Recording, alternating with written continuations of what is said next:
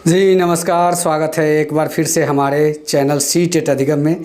दोस्तों, आप सभी को ज्ञात है कि आज जो है नियुक्ति प्रक्रिया को लेकर एक बड़ा लेटर जारी किया गया रवि प्रकाश सर के द्वारा। इस पर मैं कुछ लेट से वीडियो बना रहा हूं, जिसका कारण है कि थोड़ा व्यस्त था। तो दोस्तों, इस लेटर में दो चीज़ें कॉमन है जो कि आप लोग को सोचने पे मजबूर करती है। तो दोस्तों, इस लेटर में क्या है सच्चाई, एक बड़ा सवाल भी खड़ा किया है यह लेटर। इसलिए यह वीडियो आप लोगों के लिए बहुत ही ज़रूरी है। वीडियो को अंत तक देखिएगा और चैनल को भी सब्सक्राइब कीजिएगा, लाइक कीजिएगा, कमेंट कीजिएगा, क्योंकि आज का यह वीडियो बहुत ही खास है। इसे खुशखबरी कहें या एक बड़ा सवाल कहें, ये मन में दो तरह की दुविधाएं उत्पन्न कर रही है। इसलिए आप लोग को यह वीडियो लास्ट तक देखना बिल्कुल ज़रूरी है। चलिए वीडियो की शुरुआत करते हैं। देख सकते हैं, बिहार शिक्षा विभाग प्राथमिक शिक्षा निदेशालय प्रेषक संजय कुमार अपर मुख्य सचिव सेवा में सभी जिला पदाधिकारी बिहार, सभी जिला शिक्षा पदाधिकारी बिहार। जी हाँ, 12 तारीख 4 महीना 2022 का यह लेटर है, यानी कि आज ही के दिन का।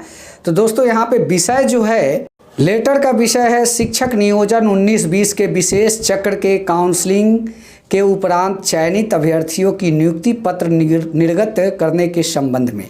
प्रसंग विभागीय अधिसूचना ज्ञापांक 114 दिनांक 10/2/2022। जी हाँ महाशय, उपयुक्त विषय प्रसंगाधीन अधिसूचना के संबंध में कहना है कि अगर बिहार पंचायत प्रारंभिक शिक्षक नियोजन सेवा शर्त नियमावली 2012 एवं बिहार नगर प्रारंभिक शिक्षक नियोजन एवं सेवा शर्त नियमावली 2012 समय समय पर यथा संशोधित नियमावली के अंतर्गत शिक्षक नियोजन 19-20 के विशेष चक्र काउंसलिंग में दिनांक 14/3/2022 से 16/3/2022 की अवधि में विभिन्न नियोजन इकाइयों द्वारा काउंसलिंग कर अभ्यर्थियों का चयन किया गया है।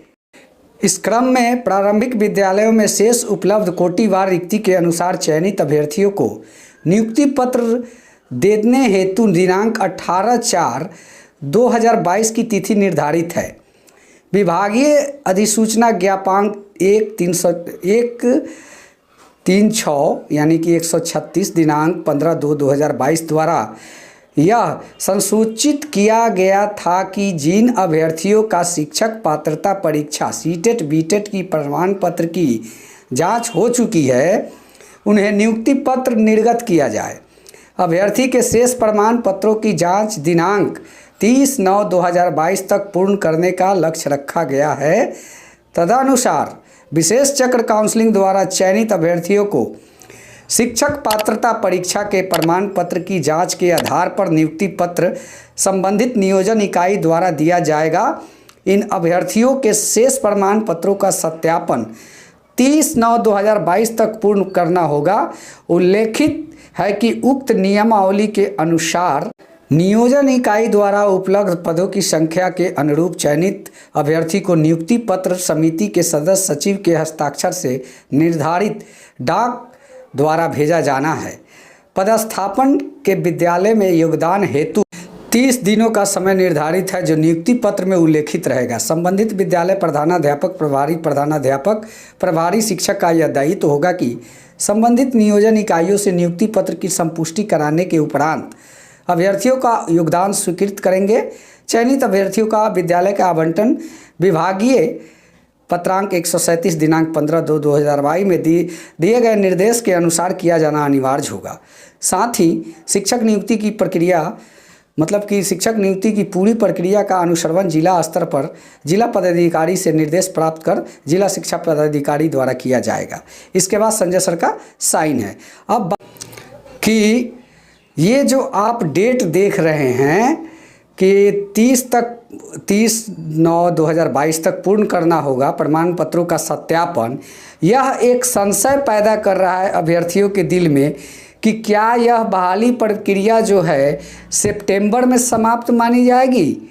क्या यह बहाली जो 7वें चरण की बात विभाग के द्वारा की जा रही है कि नोटिफिकेशन अप्रैल में दिया जाएगा, क्या यह बात मिथक साबित होगी, झूठी साबित होगी? ऐसे में आप अभ्यर्थियों के बीच में बहुत सारे सवाल उत्पन्न हो गए हैं। हालांकि ऐसा नहीं है कि हमारे दिन में यह सवाल उत्पन्न नहीं हुआ है, लेकिन इस सब्जेक्ट पे भी हम बात करते हैं तो कहा जाता है कि विशेष चक्र की काउंसलिंग ख़त्म होने के बाद नियुक्ति की प्रक्रिया पूरी मानी जाएगी। तो उसके बाद कहा गया कि ज्वाइनिंग होने दिया जाए, इसके बाद यह बहाली प्रक्रिया पूरी मानी जाएगी। अब रही बात कि इस पर दो सवाल खड़े होते हैं कि क्या 7वें चरण का नोटिफिकेशन में लेट हो सकता है? क्या विभाग के द्वारा हम लोग को जो आश्वासन दिया गया वो झूठा साबित होगा? क्या एक बार फिर से अभ्यर्थी को पटना की धरती पर उतरना होगा? बहुत सारे सवाल आपके दिमाग में, सभी सीटेट दिसंबर, जनवरी और उत्तीर्ण जितने 7वें चरण के अभ्यर्थी जो हैं वो सबके दिमाग में इस प्रकार का डर सता रहा है कि अब क्या होने वाला है। तो यहाँ पे मैं आप लोगों को एक चीज़ क्लियर कर देना चाहता हूँ कि इसमें घबराने वाली कोई बात नहीं है। आपकी बहाली, आपका नोटिफिकेशन जो है अप्रैल माह में ही सुनिश्चित होगा। इसके लिए चाहे जो कुछ भी करना पड़े। अब रही बात कि नेक्स्ट फ्राइडे जैसे ही आता है, इस पर बहुत बड़ा अपडेट आप लोग को हमारे द्वारा दिया जाएगा, क्योंकि यह एक ऐसा सवाल खड़ा कर दिया है कि कहीं ना कहीं दिल में यह जगह बना रहा है कि क्या होगा आगे।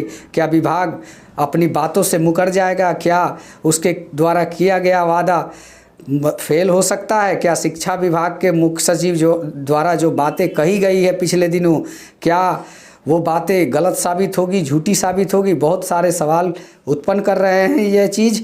इसलिए अभी एक बार फिर से जाना होगा। हालांकि मुझे जहां तक लगता है नियुक्ति प्रक्रिया ख़त्म होने तक की ही बात थी, क्योंकि नियुक्ति प्रक्रिया ख़त्म होने के बाद अब जो है सीटों का आकलन किया जाना संभव है, नोटिफिकेशन दिया जाना भी संभव है, क्योंकि इसके बाद जो नियुक्ति हुए अभ्यर्थी अगर ये बाहर जाते हैं तो उन पे कानूनी कार्रवाई होगी, केस होगा, 2-4 साल का समय लगेगा उसमें डिक्लेयर होने में।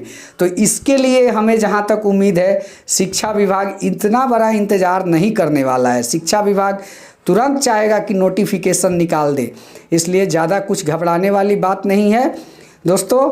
अब रही बात कि इस बात को कंफर्म कर लेना है कि क्या इसके वजह से हम लोग जो सितंबर तक का इंतज़ार करना पड़ेगा या फिर नोटिफिकेशन देंगे आप। अगर नोटिफिकेशन देते हैं तो ठीक है, अगर नहीं देते हैं तो दोस्तों जैसा कि आप सभी जानते हैं 20 तारीख का प्लान जो बन रहा है वो धरातल पे भी दिखाई देने लगेगा। इसके लिए पूरे जोश खरोश से अभ्यर्थी भी तैयार है। अभ्यर्थी अभी भी 50-50 में पड़े हुए हैं, असमंजस में पड़े हुए हैं कि शिक्षा विभाग क्या अप्रैल में नोटिफिकेशन देगा या फिर एक बार फिर से पटना में आंदोलन करना होगा। तो दोस्तों घबराने वाली बात नहीं है। मैं जैसा कह रहा हूँ कि अब जो है बहाली प्रक्रिया पूरी समाप्त मानी जाएगी। इसके लिए आप लोग निश्चिंत रहे, और वीडियो अच्छा लगा हो तो चैनल को भी सब्सक्राइब करें, लाइक करें, कमेंट करें। धन्यवाद। जय हिंद, वंदे मातरम।